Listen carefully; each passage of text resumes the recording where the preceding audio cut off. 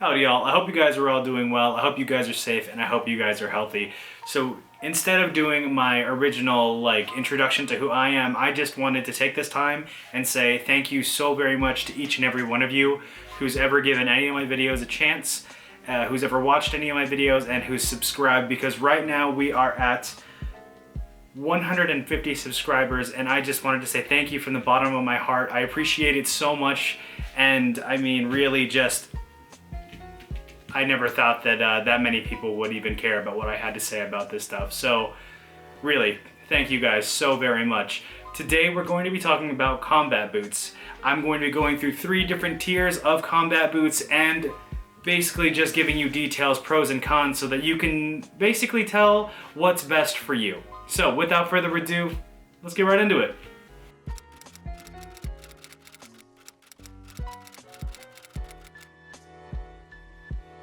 So today I'm bringing you 3 different tiers of combat boots, and I'm going to be going in order from cheapest to most expensive. I have anywhere from vintage to designer, so we're just going to be talking about it. But first and foremost, what constitutes a combat boot for me is basically a boot that is laced, that kind of is higher cut, kind of goes up the ankle and kind of stops mid-calf. There are so many options for you guys to look through as far as combat boots go, but combat boots have been a staple in my wardrobe for years. I think that you really can't go wrong no matter what season you're in. And honestly, I actually wear combat boots pretty regularly throughout the entire year. I just wore combat boots today in a fit pic that I have on my Instagram, and honestly, I don't find it an issue. It's like 100 degrees here in Vegas, and I still wear boots, honestly. It's just a timeless piece for me to have. So without further ado, one thing I will say is that I very highly advise against buying boots from any sort of fast fashion retailer that doesn't have a reputable boot maker make their boots, just because a lot of the times construction and longevity of them are very poor. I would say very much don't buy boots from an H&M, Forever 21. Buy your footwear at places that are reputable and that will last you, and that's how you'll make, I guess, the most out of your money. So today, I guess we're gonna start with this one right here. I am more than certain everybody knows and has seen a pair of Doc Martens boots, but this in particular are the 1490s. This is the 10-eye boot, and this one is laced like the Dior Navigates. And I've had this one for, I want to say, a solid 4 years now. I think it's 4 years, but this one is a great go-to. The leather quality is okay. It's not the best leather quality, but when you get a general release Doc Martens, I mean, really, what more can you expect? But I would say this would be perfect, absolutely perfect for people who are just getting into boots or just trying to get the look, because these are actually significantly more comfortable than any other boots that I've had. These ones are a rubber sole, they have a shiny leather to them, and they do have the iconic Doc Martens yellow stitching around, as well as the pull tab that has the Doc Martens branding. Very much low-key, very good boot, I would say, and really good for beginners if you really want to get into it. Usually when you get boots that are higher priced or higher, I guess, higher tier, they don't usually have a rubber sole. It's usually a mixture of maybe wood sole, leather sole, maybe some rubber in there to prevent any slippage. But I would say that the Doc Martens boot is great for, I guess you could call it, I don't want to call it the bottom tier, because that just seems like it's not a good boot, but it truly is. It's a great boot, and really it'll get the job done. But the reason I decided to get other boots was because the yellow stitching was actually bothering me. I know that's very iconic for the Doc Martens brand. However, I didn't really want to carry that branding through, even if it just is a yellow stitch. So I went out and got different boots, different iteration of combat boots. So this one, the Doc Martens 1490, definitely a really solid pick. Moving on to the next one. Cool. And what I forgot to mention about the Doc Martens boot is that these ones are very widely available, very easily obtainable, and they do run about, I believe, $160. It's under $200, without a doubt. It's under $200. So these ones, that is all for these. The next tier I wanted to talk about are vintage boots. Vintage boots are definitely a great alternative to any other way to get combat boots, like any other brand, but they're probably the most inconsistent because there are so many iterations. These are two combat boots, two military issue combat boots, this one being from the 60s, this one being from the 90s. They're both amazing. I love them very much. The leather quality actually is really solid, and these have a rubber sole underneath a leather sole, as well as this one is going to be what I believe is a hardened rubber. So vintage military boots are great not alternatives, but they're great combat boots in general, and I very highly suggest them. The only issue I want to talk about here is that finding the right pair for you can get a little tricky. Sizing can be a little bit off, and obviously these are from two completely different eras. That could be a pretty big difference between the two because they're both the same size, but they fit completely differently. I really love, when it comes to the ones from the 60s, I don't know if my camera is able to pick it up, but they do have a lot of patina to them. A lot of the leather is like dry and cracking. I did condition it to kind of save the leather, but I do really like the details that came with age. I got these at a vintage store for $40, I believe, and I think it's a wonderful deal for such a great boot. Very highly suggested, but again, they're not all that common, and you kind of really need to know what you're looking for.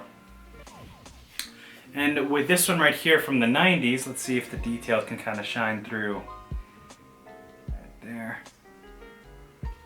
Yeah, definitely a really cool boot. The lacing system is a little bit different, but I got these ones for, I want to say $20 from a thrift store. Great buy. If you can find them, definitely grab them. They do very well. They are rather comfortable. I usually put a separate insole in there just to add to the comfort because the soles are very hard, whereas for the Doc Martens, you don't need to add an insole in that. It's pretty comfortable once it's broken in. These ones, I add an insole just to make sure that it's that much more cushioned underneath my foot. But yeah, vintage combat boots, definitely a great option. It's just do your research, make sure you know what you're looking for so you know exactly what you're going to be getting yourself into when you get boots. And lastly, the, I guess, top tier boot. It's not really like the best you can possibly get, but this is definitely the most expensive. This is the Saint Laurent William boot. These are such a beautiful pair of boots. They are very heavy weight. The leather quality is amazing. These, I don't know if you can kind of, if my camera can kind of catch the detail, but there is kind of like a cracking patent leather detail to it. The front is actually a zipper closure, which is really interesting, kind of adds to the uniqueness of the boot itself. But these ones are going to, I think they retail for somewhere around $1,000. Don't quote me on that. You can definitely find it secondhand other places. That's how I got them. Shout out to Ray Mia yet again. I got these off of Ray's Corner Store, and I got these for a beautiful deal. So thank you so very much, Ray. I really appreciate it. And man, there's not much I can really say is bad about this boot other than the retail price. The quality of the boot is amazing. The bottom is a lug sole, so the traction is very good. It is a mixture of a rubber and wood and leather. I'm not really a boot maker, so I'm not 100% sure on that one. But bottom line is that they are great quality boots, amazing. They're very heavy, actually. The shape of them is probably what gets me, though. The shape of this boot is perfect. I think that these boots, and Saint Laurent in general, does boots incredibly, and really, you'd be hard pressed to find a better boot. But the only problem is that they are pretty pretty ridiculous in price. I mean, like $1,000 for one of these boots, I couldn't pay that. I don't have that budget, but these I got for $300, and it was a wonderful steal, and I got lucky. I fully recognize that. I completely got lucky, and honestly, I'm very, very happy to have them. They are beautiful boots. The leather quality is great. The construction is amazing. I know they're going to last, honestly, years on years, decades even, and past that, and you can get them resold and repaired.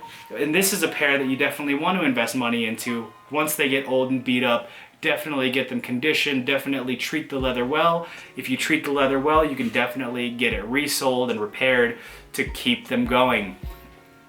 So, with the 3 tiers that I have presented to you guys today, Doc Martens, vintage, and designer boots, I would say that the most worth it is definitely vintage. And the only problem with it, like I stated before, is being able to find a pair of really good vintage combat boots that fit right. That's going to be the hardest part, but I very highly suggest you do your research. I go true to size, but consider if your foot is wider, narrower, it really just depends on you. So first choice would definitely be vintage combat boots. They have a little bit of history behind them. They're usually not all that expensive. My second choice would definitely be the Doc Martens, just because of their comfort, their availability, and they give you the same look as any other combat boots. This one, as much as I absolutely love them, I wouldn't say that you need this in your life. I would definitely say that if this is something that you're saving up for, definitely get it. It's totally worth it if you value it that much. But these other boots do me just as well, and this one is really just the right price at the right time for me. So, yeah, I think that's all I really have to say about those.